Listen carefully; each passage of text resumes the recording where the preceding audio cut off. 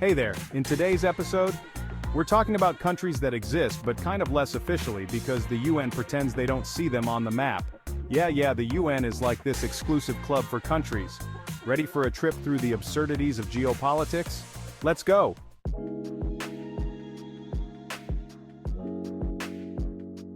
Okay. Before we start waltzing through diplomatic halls, let's have a little refresher from elementary school. Remember those lessons where we learned about different international organizations? Well, the UN is one of them, but not just any. It's an organization that aims to unite countries from all over the world to work together on global problems. The UN, or the United Nations, is like a family reunion for countries, where everyone tries to agree on matters important to all humankind. Imagine a big family where each country is a member. They meet regularly to discuss various issues from peace and security to human rights and climate change. But instead of cake and vodka, they serve resolutions and sanctions. Yes, you heard right. Instead of traditional family meals, we have documents here that are supposed to regulate various aspects of international relations. Resolutions are official decisions that member countries must abide by, and sanctions are penalties for those who don't play fair. The idea seems noble: world peace, cooperation, and all that. The UN strives to reduce conflicts in the world, promote cooperation and understanding between nations.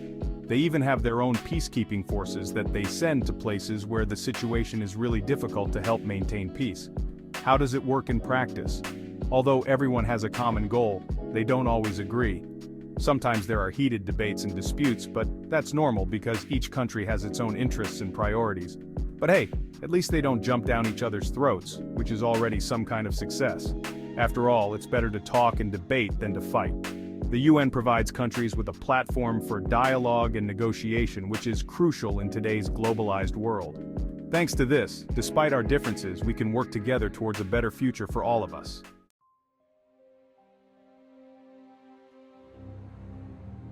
So now for the main event, countries that are not part of the UN. The UN, or the United Nations, is an international organization that brings together most of the world's countries. But as it turns out, not all countries are members. Why? There are many reasons, from political to historical. Today we will look at those that remain outside this global club. And there are as many as 10, yes, you heard right, 10. This may seem like a small number compared to the 193 UN members, but each of these 10 entities has its own unique history and reasons why it is not part of this organization. We have a real mix here, from tiny islands where the only mode of transport is a kayak. Imagine places where life goes by at a completely different pace and international politics is more complicated than you might think. On our list of outsiders, Taiwan, Vatican City, Palestine. Taiwan, although a dynamically developing economy and technological giant, is not recognized by the UN due to its complicated relationship with China. Vatican City, the smallest country in the world, is the seat of the Catholic Church and has its own unique reasons for not being a UN member. Palestine, on the other hand, is fighting for recognition of its independence and has observer status at the UN. Kosovo, Western Sahara, Abkhazia, South Ossetia, Transnistria, and Northern Cyprus. Each of these places has its own unique history of conflict and aspirations for independence. Kosovo, for example, declared independence from Serbia in 2008, but is not recognized by all countries. Western Sahara is a disputed territory between Morocco and the Polisario Front. Abkhazia and South Ossetia are regions that have declared independence from Georgia, but are recognized by only a few states. Transnistria is a breakaway region in Moldova, and Northern Cyprus is recognized only by Turkey. The question is, why even bother trying to get into the UN? Prestige, influence, free pens with the logo. Being a UN member gives countries the opportunity to participate in global decision-making, influence international policy, and benefit from various aid programs, but that's not all. UN membership is also a symbol of recognition and legitimacy on the international stage. Well, it's not always rosy. Being a UN member also comes with obligations and responsibilities. Countries must comply with international norms and standards, which is not always easy, especially in regions affected by conflict and political tensions. Sometimes it's more of a ball and chain than a medal of honor. For some countries, being a UN member can mean additional challenges and commitments that are difficult to meet. However, despite these difficulties, many countries aspire to membership, seeing it as an opportunity for a better future and greater opportunities on the international stage.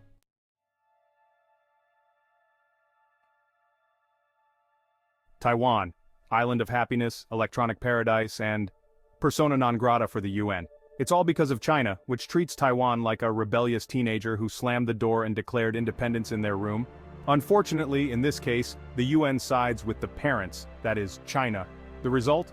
Taiwan is like that talented kid who wins all the Olympiads, but still isn't on the student list because the school doesn't recognize their existence. Absurd? Welcome to the world of politics.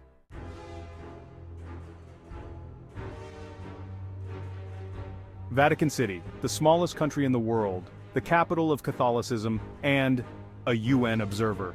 It's like being at a friend's party, but instead of going wild on the dance floor, you politely sip water with lemon and pretend to listen to conversations about the weather.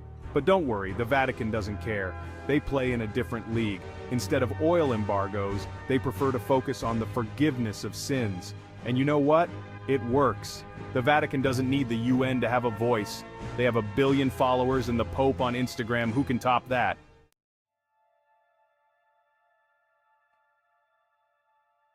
Palestine, the Holy Land, the cradle of religions, and at the same time, a symbol of political deadlock. This is a country that has been fighting for its place on the map longer than some of us have been alive. For now, they have to settle for UN observer status, which is a bit like standing outside a store before it opens. You're kind of first, but you still have to wait until they graciously let you in. And when will that be? Well, fortune tellers don't work at the UN, so it's hard to say.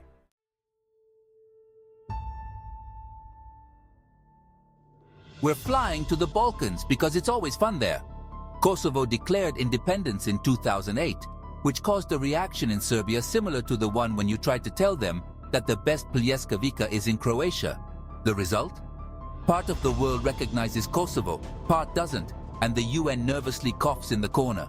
Just your typical Balkan soap opera in a nutshell.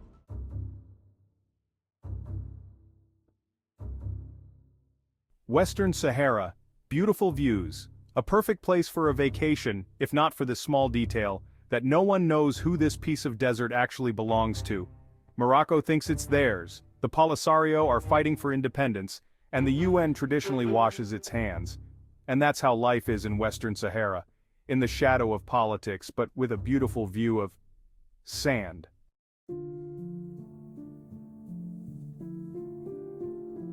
Abkhazia and South Ossetia, two small regions and a lot of confusion. Both declared independence from Georgia. Georgia got angry, Russia is stirring the pot, and the UN is nervously moving papers from desk to desk, and so it goes. Abkhazia and South Ossetia are trying to exist, Georgia is blocking them, and Russia is rubbing its hands. This is the post-Soviet puzzle that no one can solve.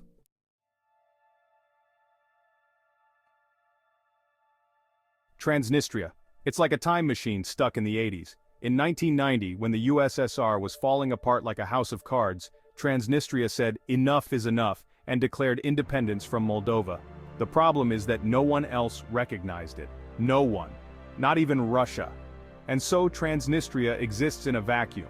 They have their own army, currency, even license plates. But what good is it when on the international stage they are like Yeti?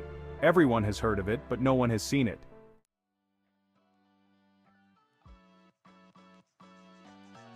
Finally, the icing on the cake of absurdity, Northern Cyprus.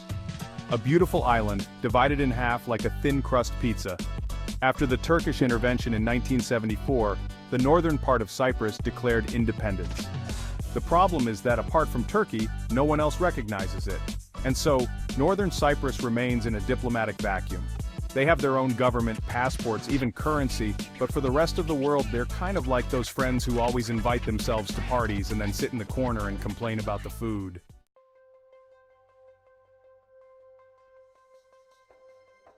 Okay, now seriously, what do all these countries have in common? Why are some countries members of the UN and others are not? This question may seem simple, but the answer is much more complicated. Why are they not in the UN? Is it a matter of geography, history, or maybe politics? In reality, it is a combination of many factors that determine whether a country becomes a UN member. The answer is as plain as day: politics. International politics is a complex web of relationships, interests, and strategies that are often difficult for the average person to understand. Joining the UN is not like going to the store for groceries. but a complicated process full of diplomatic games, negotiations, and compromises. Each country must meet certain criteria and gain the support of other UN members. Conflicting interests and political games. It often happens that some countries are blocked by others because of historical conflicts, territorial disputes, or ideological differences. Most countries outside the UN struggle with a lack of international recognition, which is a bit like going to a party and everyone pretending they don't see you. These countries are often ignored on the international stage, which makes it difficult for them to establish diplomatic and economic relations. Add to that territorial disputes, armed conflicts, and political games that effectively block their entry into this exclusive club. Some countries are involved in protracted conflicts that prevent them from meeting the criteria for UN membership. It is a complex process that requires not only meeting certain criteria, but also gaining the support of other UN members. For many countries, the road to UN membership is long and challenging, but it is not impossible. However, it requires determination, strategy, and most importantly, international support.